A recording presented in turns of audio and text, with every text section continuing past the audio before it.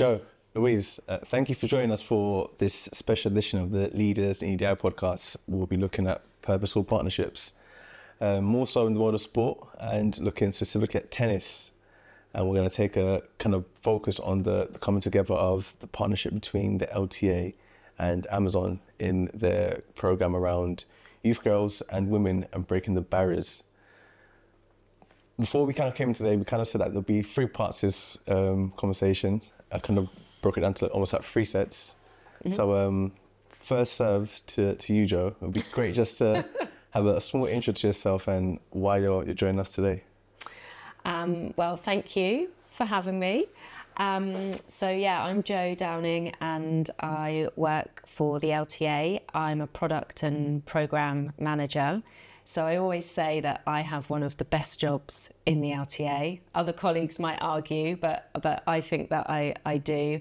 So we get to look after all the participation programs that encourage people to play our sport. And having played since I was a little girl myself, this is kind of the dream job, to be able to inspire other people and get other people into the game. And I've been managing this partnership and delivering the program as well. So yeah, really, really fortunate to be able to work on such a great program. And Joe, strong serve. Let's see the return, Louise. Yeah, I've got a lot to live up to. Oh, and me. Yeah, so I'm Louise Gonzalez, exec producer at Amazon Prime Video. And I was there in New York when Emma won the US Open. And yeah, this initiative was born out of that win. And yeah, incredible experience, but also, you know, hopefully a lasting legacy from that time. But yeah. That's good part in this. No, thank you. And I think when you put those 2 words together, purpose and partnerships, it's a marrying of 2 things that can be quite impactful and defining. So when we look at effectively the partnership between the LTA and Prime, it would be good just to know, where did that conversation start? Like, what was the genesis piece behind what is already a year running program? I'll come to you first, Joe. Well, obviously, as Lou mentioned there, I think none of us expected Emma to win the US Open back in 2021, and I think those off the back of that win, those early conversations, we talked about, you know, how are we going to make the most of this? How can we make the most impact? Where are we going to have the biggest legacy? And you know, in those early days, we talked about a lot of different ideas, and we sort of took our time to go through them and sort of assess each one in terms of what's the complexity to deliver this versus what's the potential impact it might have. But I think for us, it was always about staying true to what our insight and research told us about girls, and therefore how best to invest this money to help us meet our priorities. And for yourself, Louise, when you look at the partnership itself, obviously we have LTA as a National Tennis Association, obviously are on the grassroots delivering the game. Where did the kind of drive and ambition come from yourselves at Prime to kind of like marry the 2 together? Yeah, good question. The sort of relationship had actually started before when Prime Video had run a Future Talent Awards, which actually Emma Radcanu and Jack Draper were winners of. And so that had already established, you know, the working in conjunction with LTA's programs, because that needed to run alongside the performance programs that the LTA run for junior to pro players. But then from that, nobody could have realised what was to come, and Emma winning at the US Open in New York in that incredible fashion. And really, from that, it was important that Prime Video wanted to reinvest the broadcast fee that with the shared broadcast with Channel 4. That basically meant we were able to reinvest that fee, but it needed to be in something, obviously, that was going to work and have a legacy to such an iconic moment in British sport. And for that, it's not our field of expertise in the LTA. It was brilliant. It is a brilliant partnership to have the valuable insight and research that obviously the LTA are skilled in. Well, somewhat setting the scene before going more into the nuts and bolts of the partnership itself. I think partnerships, especially in the world of sport, coming together of two forces to deliver a joint impact has been something we've seen in years gone by, presently, and probably be something that continues to happen in the future. One interesting aspect I was always keen to get your thoughts on is, what were you keen for this partnership not to look like? Because sometimes everyone is so concerned about, this is what we're going to do, this is what we're going to deliver.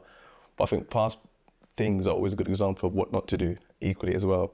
So are there any immediate things which came to mind of like, all right, this is not going to be one of these ones? Yeah, well, I think without sounding too harsh on my colleagues, I think probably with best intentions, our initial ideas were, build courts, around the country, until, really the discussions and the planning that didn't happen straight, that took time to get to these ideas and really what was best. There wasn't a case of rushing in. And the LTA, were best advising us that actually, that might not be the route, and what areas were the challenges that, that really we weren't able to know or see, but, the LTA could expand our learning and education on.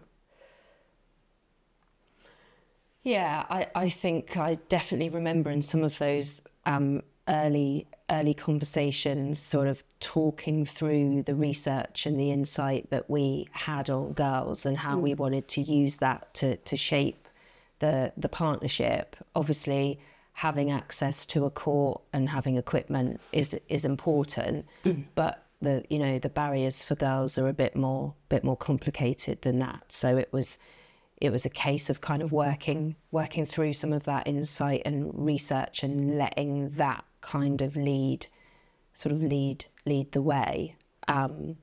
But it was good that we went through all those different ideas and considered them. And as I said, we kind of had this matrix of like how complicated it would be to deliver versus the impact that it might have. So we're sort of putting all the different ideas across that and then landing on the best one.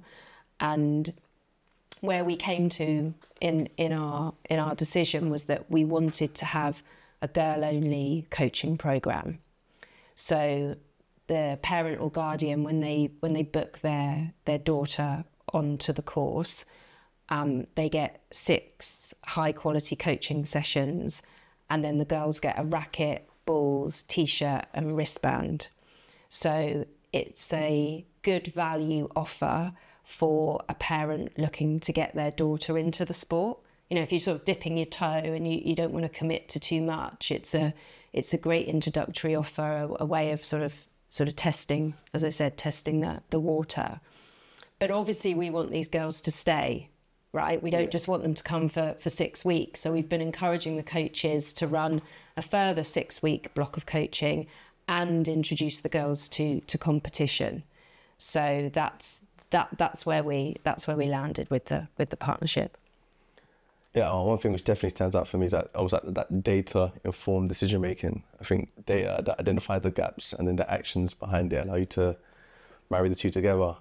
One thing I think for me tennis has always done, and I appreciate what was on the journey. I think what the North Star is, I think we're always going to walk towards it or work towards it.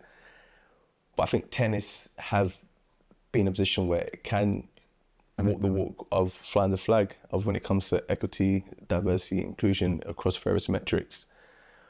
In your opinion, Joe, what is it about tennis that seems to be such a leading light when it comes down to really defining what parity and equity looks like for women in sport? Well, I think tennis is kind of the original mixed sport, isn't it? Women's matches, mixed matches, they've been taking place at the major events for over 100 years. We've had equal pay at the Grand Slam since 2007 when Wimbledon came on board, and female tennis players have been some of the most high profile athletes for decades.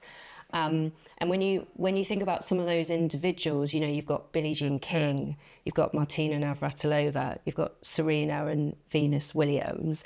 You look at what those women have done, not just on court, but off the court as well for women. They've really been the absolute trailblazers for our sport. So we're so fortunate to have had them. They've led the way for other generations of players. And you know, having these high profile female athletes, it inspires participation. When you have that visibility, you inspire other people to take part. And tennis is a popular participation sport for women as well. Since COVID, actually, participation has been growing really, really strongly. And our casual player base is about 42% female. So we're not quite even, but we're not far off. We're in a pretty strong place, which is great. But you know, I'm saying all this. There's obviously still more that we want to do, and there's areas in which we would really like to see more progress. But I think we're certainly in a good place compared to a lot of other traditional sports. Good. And seeing is definitely believing. And when it comes to the seeing part, Louise, what is it for Prime when it comes to what are the KPIs and objectives that you were hoping to realise? And probably a year into the partnership so far, what are you seeing as an impact? I think, you know, I mean, Amazon and Prime Video, we're a very data-driven company, so it needed to be measurable. And for anything real success, you need to see what the measures are and where you're tracking your goals, because otherwise, how do you know what you're doing makes sense? But I think in terms of success, you know, the LTA had clearly defined what, from the research and their insight, what some of the barriers are for young girls, and you know, that body consciousness, needing to have you know, often female role models and that sense of enjoyment, but also, you know, almost fearful of competition and that kind of holding them back from and Jo can talk far more eloquently and inspiring on all the specifics, but that meant that from even in the early stages, we've seen that, you know, in the girls that have attended the first 6-week program, over nearly 4,000 girls, there's been over 65% booked on another course, and then from that, also nearly 2,000 girls entering in a team challenge. So it's addressing the areas that, you know, the LTA had highlighted were the key, you know, areas to focus the program. Yeah, absolutely. It's trying to overcome the barriers, and I think, just not to go into too much detail here, but I talked earlier about how, you know, boys and girls, they need a place to play tennis and they need some equipment as well. But actually the barriers for girls are a bit more complex than that. So a lot of girls are turning up to tennis and they've got this baggage. So it comes from societal pressures, in particular gender stereotyping. Without wading too much into that, the key thing to kind of have in mind is that what it means to be sporty and what society tells us it means to be a girl, they're at odds with each other. Those things aren't aligning. And the problem there is that if a girl decides she's not sporty, that can stick with her for the rest of her life. Once you've got that label, I'm not sporty, that's very, very hard to reverse. So what we're trying to do with the programme is to create an environment where girls feel they can turn up and be who they are. They can be authentic whatever that means to them. Maybe they're super competitive, maybe they're not competitive at all, maybe they're loud, maybe they're shy, but they come and they can be who they are with other girls in this girl-only environment. And I think that's so important, because you're in the same boat as everyone else. There's safety in numbers when you're new to something. You're having fun. Right? You're having fun with other people like you, and that is what creates that sense of belonging. But then alongside that environment, we've got to be giving these girls some skills. So there's a lot going on in tennis, right? It tactically is quite a complex sport. Technically, there's a lot that needs to be learned and developed. And if girls don't get some skills under their belt early doors, are they going to keep coming back? You know, if you try something and you can't do it, how many times are you going to keep trying before you go, actually, this is not for me? And if you can build some success, then that increases your confidence. And the more confident you feel, the more likely you are to come back. So that skill development and that environment, they're the two things we're trying to address with this program. And that's what we've been really trying to make sure the coaches who are delivering the program can align what they're doing to the needs of girls. So yeah, that's been a big part. A big challenge. Yeah, and a big challenge, yeah. It's a wonderful rally going on right now. And it's interesting because those are when you really speak about purpose and the purposeful nature of these partnerships, those intangibles are the things you can't really put on a piece of paper of how you moving someone's self-esteem, their body confidence, their leadership skills. A brilliant coach. Yeah. You know, somebody that, you know, coaches that inspire you. You know, it's those moments we all remember. You know, that actually keep, you know, a girl or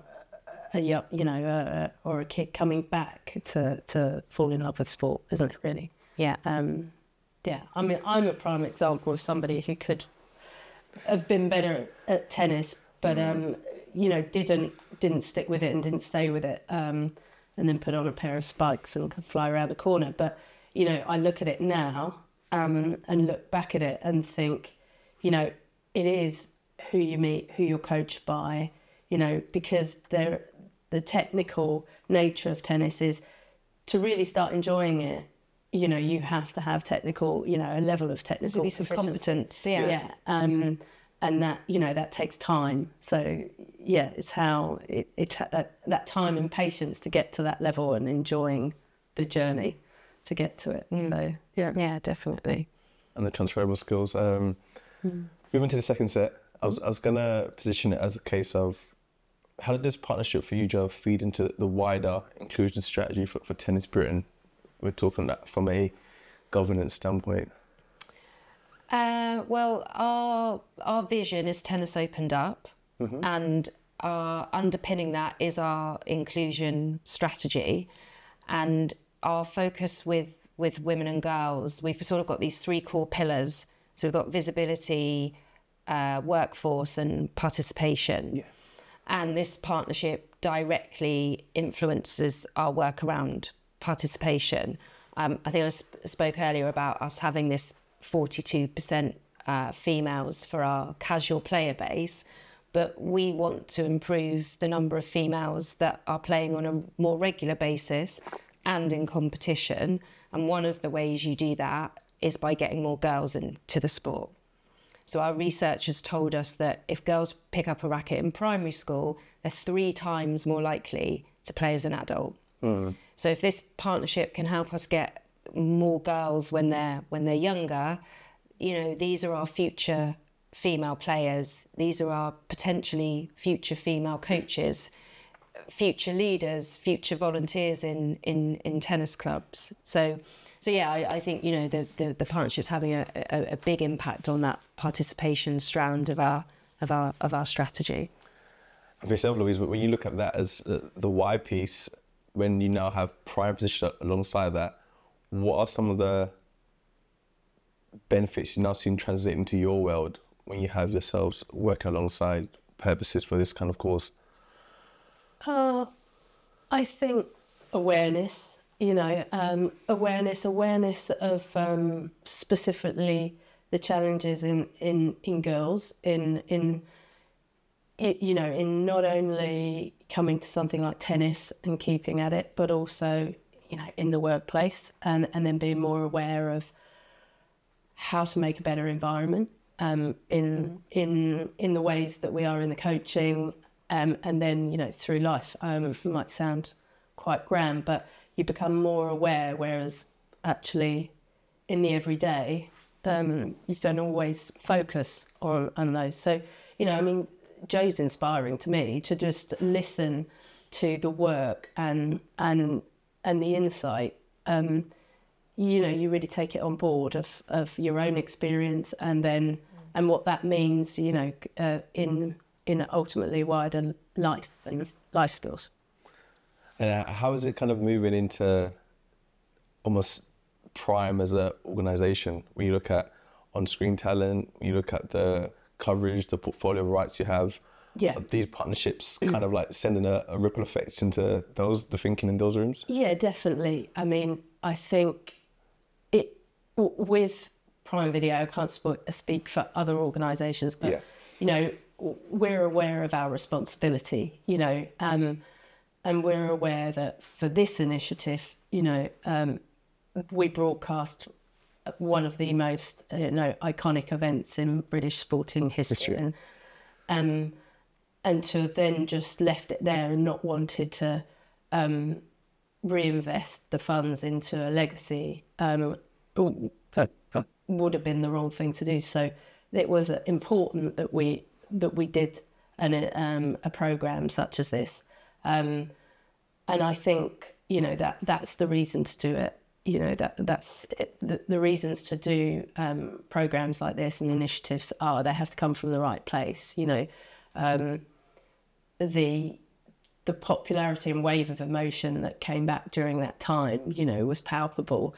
It was important to create something from that that actually could have a legacy to tennis. For reasons to. Yeah, I think it's that, your investment is helping us to open tennis up and change lives through sport, change lives through tennis. It's that this partnership has given that opportunity. It's not just about a commercial partner wanting to do that traditional thing around, sponsoring our major events or partnering to be part of our grass court season. There's a deeper meaning for this partnership in terms of being able to grow the number of girls that are taking part in tennis and having those positive experiences. So yeah, it's been great to do something a bit more creative rather than just the usual kind of rights holder stuff. No, I agree, because it's a great segue to our next question, which will have a bit of backspin on it. So hopefully you've got your racket ready. But it's really around, how do you go into these spaces in a credible, authentic way? So it'd be great to know, Joe, how do you, for instance, hold yourself to account, and how do you hold your partners to account whenever you are bringing things of this nature together? I'm sorry if this is a bit of repetition, but I think it goes back for me, when Prime Video came with some of the ideas which were around equipment and building courts, that's where, for me, I was saying the barriers are a bit more complicated. We need to provide those things, but you need to understand what else is going on for girls, and we need to design a program that addresses that. So that, I know a bit of repetition here, but that, for me, this partnership is credible because we've taken the insight and the research and we've used that to build the program. Yeah, and it was important we didn't rush into it, right? And we had to listen. Yes. To realise this isn't our field of expertise, but actually it is the LTAs, and actually listen and not to rush into, and have align the goals, and take some time, which it took a year before We got to the final, plan. Was it a year of planning? Yeah, so it was a year of planning and a year of iterations on what was right through those conversations. But part of that, it's important to come from the right place, but also listen. Listen to what's being said and the insight, because otherwise it's not coming from purposeful, ambition. Yeah, I would say. Yeah, I definitely agree. And I think those conversations weren't one of sort of conflict. They were very collaborative conversations. And I think we've got a great partner in Prime Video in that they were really open to listening to all of the insight and the research that we were bringing to the table. So it wasn't sort of shut down. No, we know best here. It was very much, well, we've got some ideas, but actually let's hear what you've got to say as well. So it was a really nice process actually to work through. As we move into the final set, I was going to ask Louise, whenever you have an organisation such as Prime, who obviously are doing these very purposeful initiatives, how difficult is it to have the battle of you want to communicate and showcase what you're doing to the world, but at the same time, it's not as if you want to give yourself your pat on the back. So how are you effectively communicating this? Because at the same time, people don't know you're doing it, then how can they actually know what is possible? Through things like this today. But actually, as an organisation, because of that responsibility, it's best, the proof is in the pudding. Yeah. Right? If it's purposeful, then actually it's in achieving what we want from the programme. Speak for itself. And it will speak for itself. And then ultimately the success of, getting girls in tennis. You mentioned about how that translates into, the wider community. But, in my job and how we look at talent lineup and who we're broadcasting to and how it's everybody. And it's society, and it's how to make that have in either work or how we're broadcasting have diverse opinion and it not be shouted down, so that processes where you work through to come to an outcome, aren't stereotyped, and so it should be in everything that you're doing, and ultimately, that's how, bringing girls, through the sport of tennis, you're equipped, ultimately what we're trying to do is equip them to be better set up to, for life skills. Of course. So, yeah, it isn't easy, but I guess I've always liked the approach that you shouldn't have to shout about something for something to be deemed a success. The genuine success is built more humbly. Mm-hmm. But then that's my take, and I believe that in broadcast as well. In a good broadcast, the proof should be from customers and the audience telling you what you're doing right and wrong, and you should listen to them. No, of course. And a great segue to success. I think the measure of what we deem success always be subjective, but for the nature of this partnership, Joe, a year in, what are some of those early success stories that you can speak to? I'm going to love answering this question so much. So for me, it's the coaches that are delivering this program. I have to talk about them, because without them, give them a shout out. Yeah, I have to give them a shout out, because without them, this doesn't happen. They are the front line deliverers of our sport. So they're so powerful in terms of how girls experience tennis.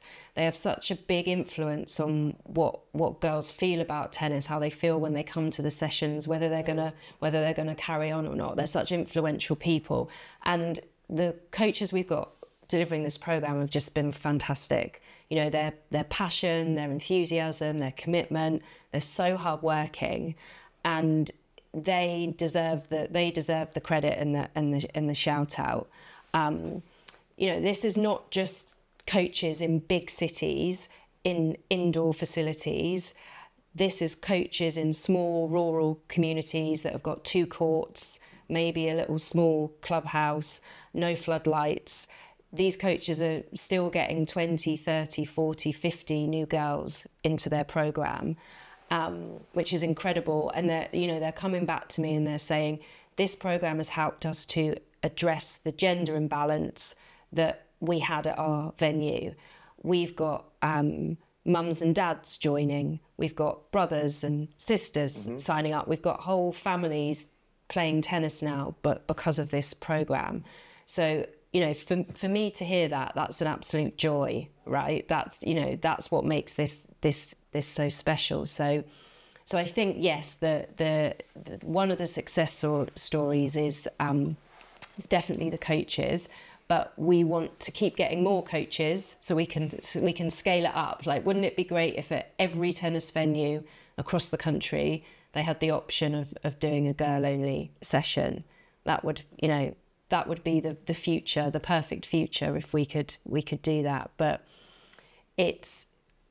I talked about that participation growth since COVID, and actually there's a lot of waiting lists at tennis venues. There's a lot of waiting lists for coaching programs now. Coaches are at capacity, they're super busy. So to get them to do this, we've got a bit of a job around winning hearts and minds. We've got to sell the benefits of this program and get coaches to understand, why they should be going out of their way to try and get more girls in when actually their club's full anyway. Why do I need to do this? So I think it would be nice to have all of our 6,000 accredited coaches running this program at some point. That's the dream for the future. But I just wanted to shout out the coaches because they've been amazing. Yeah. No, it's such a wonderful way to really showcase people who are doing the work behind the scenes. Yeah. Obviously, don't always get the light to be seen, definitely. And from your viewpoint, Louise, what's been some of the highlights for yourself and Amazon the year in? There's a couple, but one that sticks out in my mind is when Emma visited Preston Tennis Club in Brighton. Just seeing the faces on the girls, and when she dropped into a session and worked with Tess. Tess Bass, the coach there, and just what the girls had to say about the visit and just about the coaching in general. But you just know that's going to live long with them and influence their life, and an incredible experience. But just seeing their faces when Emma was there was fantastic. Just one other thing to add, we did survey all the coaches at the end of the summer. Data. Yeah. Very important. And we asked them about their perception of the girls in a mixed session compared to girls in this girl-only environment.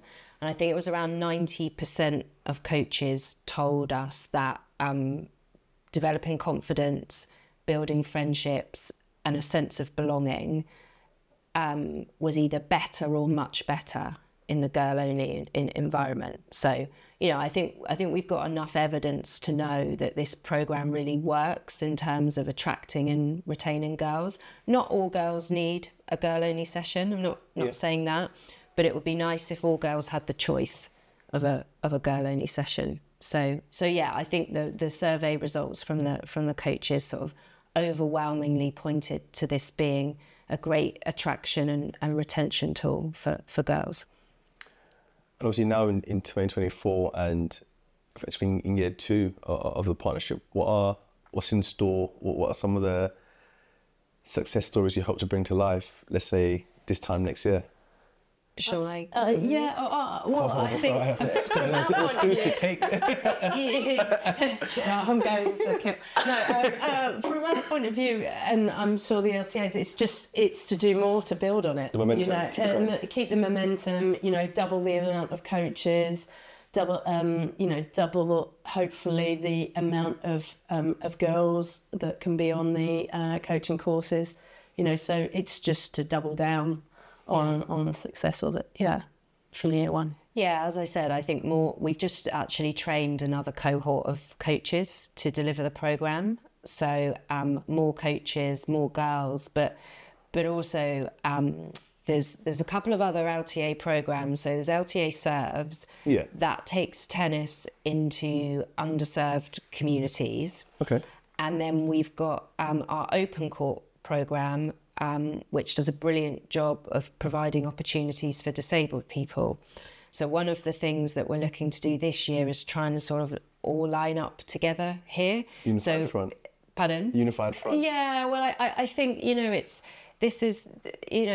we want to see more girls, but we want to see more girls who are disabled. We want to see more girls who are from these served communities being able to access tennis. So we've already kind of got sort of programs that are specifically aiming to do this. So we just want to align a bit more closely and make sure that that more girls are getting the opportunity to try tennis. From all backgrounds. Yeah, yeah. I think that in itself is it's gonna be a task, no doubt. Yeah.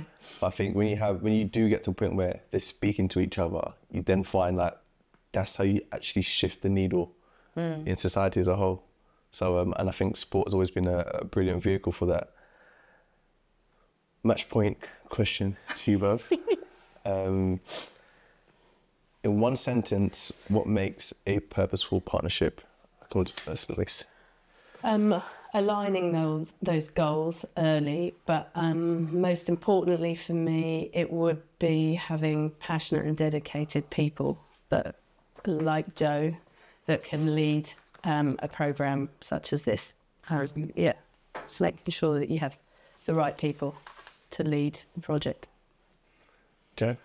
Okay, I had keeping the common goal right at the heart of the partnership, and then working to each other's strengths and expertise to maximise the impact. Thank you very much. I think it's game, set, and match.